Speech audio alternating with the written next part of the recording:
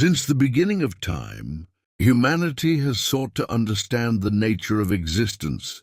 We name things to bring order to the world. Yet before anything had a name, the universe already existed in boundless potential. Laozi's words, "The nameless is the origin of heaven and earth. The named is the mother of all things," reveal a profound truth. True creation arises from the formless, while structure and understanding emerge through names. But how do we navigate between the nameless and the named? How do we harness limitless potential while living within the structured world? To explore these ideas, let us embark on a journey through 4 parables, each unveiling a deeper layer of wisdom about creation, perception, and balance. Master, Laozi says, the nameless is the origin of heaven and earth. What does this mean? Why does the nameless give birth to the universe? Let me tell you a story. Perhaps then you will understand. Once, there was a young painter who longed to create a masterpiece. He sought out the greatest teachers, studied countless techniques, and gathered endless inspirations. He purchased the finest canvas and the most expensive paints. But when he sat before his easel, he found himself unable to make a single stroke.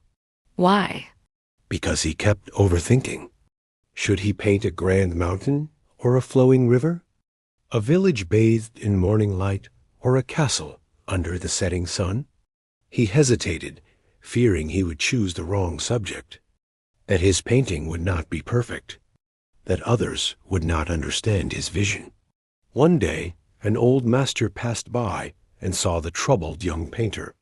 He asked, "Why have you not painted?" The painter sighed, "Because I have not yet found the perfect idea." The old master laughed and said, "Do you know how the universe was created?" The young painter shook his head.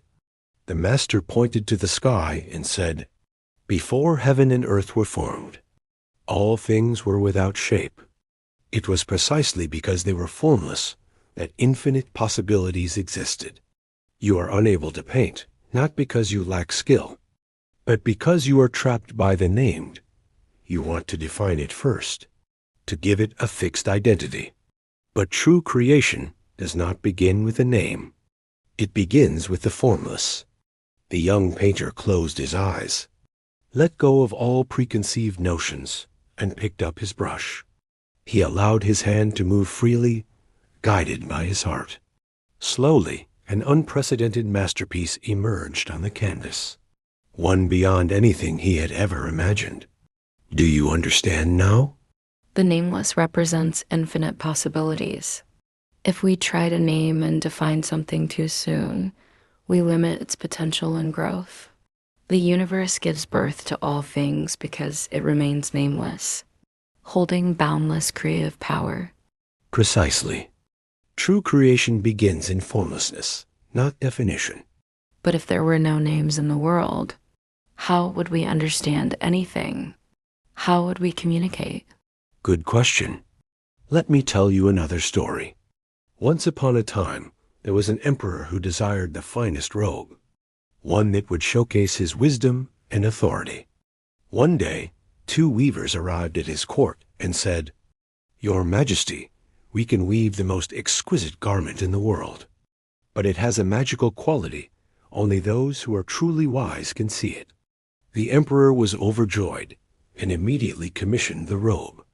Days later, the weavers presented their work, but in truth, they held nothing in their hands. The ministers, fearing they would appear foolish, praised it, saying, "Your Majesty, what a magnificent robe."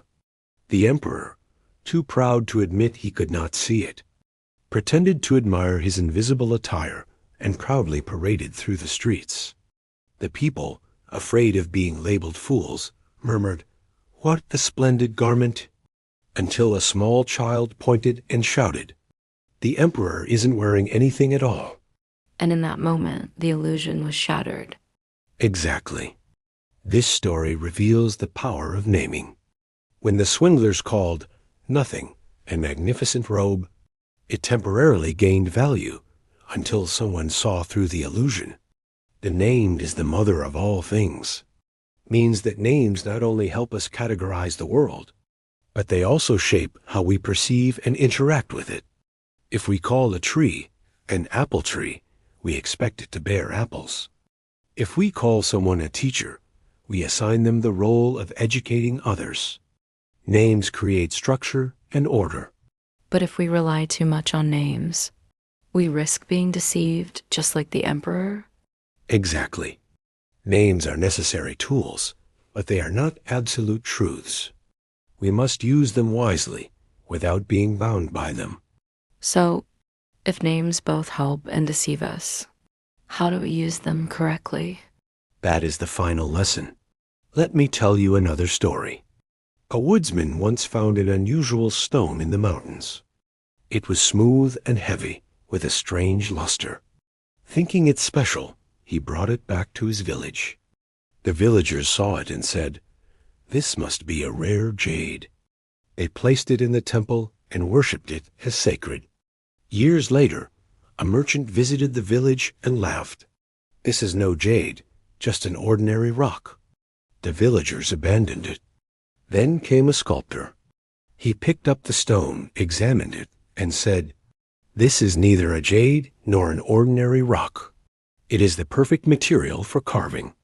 He sculpted it into a magnificent statue, and once again the villagers revered it. So, the value of the stone changed depending on what people named it? Exactly. And what do you think its true nature was? It was just a stone, whether worshipped, discarded, or carved. Its essence never changed. Very good. True wisdom is in knowing when to use names and when to see beyond them. The nameless represents boundless potential. The named brings order and structure. True understanding comes from balancing both, using names to function in the world, while never mistaking them for absolute truth. If both the nameless and the named are necessary, how do we balance them? Let me give you one final metaphor. A master once poured water into an empty cup. When the cup was full, he stopped.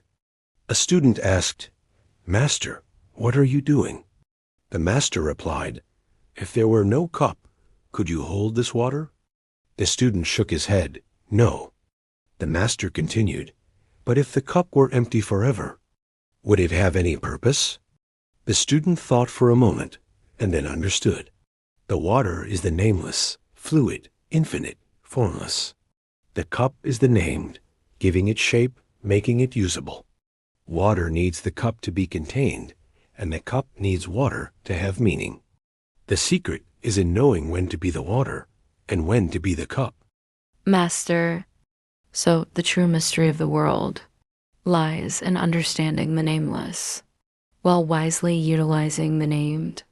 We must be like water, fluid and full of possibilities, yet also like a cup, providing structure and order. Exactly. Laozi said, "The nameless is the origin of heaven and earth. The named is the mother all things." He did not ask us to choose one over the other, but to find balance between them. With the mindset of the nameless, we perceive the boundlessness of the world. With the wisdom of the named, we bring structure and order to it. Summary. First story, the painter's shackles. The nameless is the source of creation. True possibilities arise from an undefined state. Second story, the emperor's new clothes. Names construct the order of the world, but can also obscure the truth. Third story, the stone in the mountain. True wisdom lies in both utilizing names and transcending them, to see the essence of things. Fourth story, the cup and the water. The path to balance is understanding the boundlessness of the nameless while effectively using the structure of the named.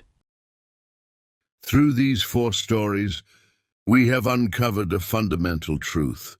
Both the nameless and the named are essential to understanding and shaping our world. The nameless represents infinite possibilities, the formless potential from which all things arise. And the name provides structure, allowing us to define, communicate, and navigate reality. True wisdom lies not in choosing one over the other, but in mastering the balance between them. We must embrace the boundlessness of the nameless, while skillfully using the structure of the named. Like water, we must remain fluid and adaptable. Yet like a cup, we must also provide form and direction. Laozi's words are not a contradiction, but an invitation to see beyond rigid definitions, to create without limitations, and to find harmony between possibility and order. As the night deepens and the wind whispers through the bamboo, we leave with a newfound understanding. The key to wisdom is not in clinging to names or rejecting them, but in knowing when to use them and when to let go.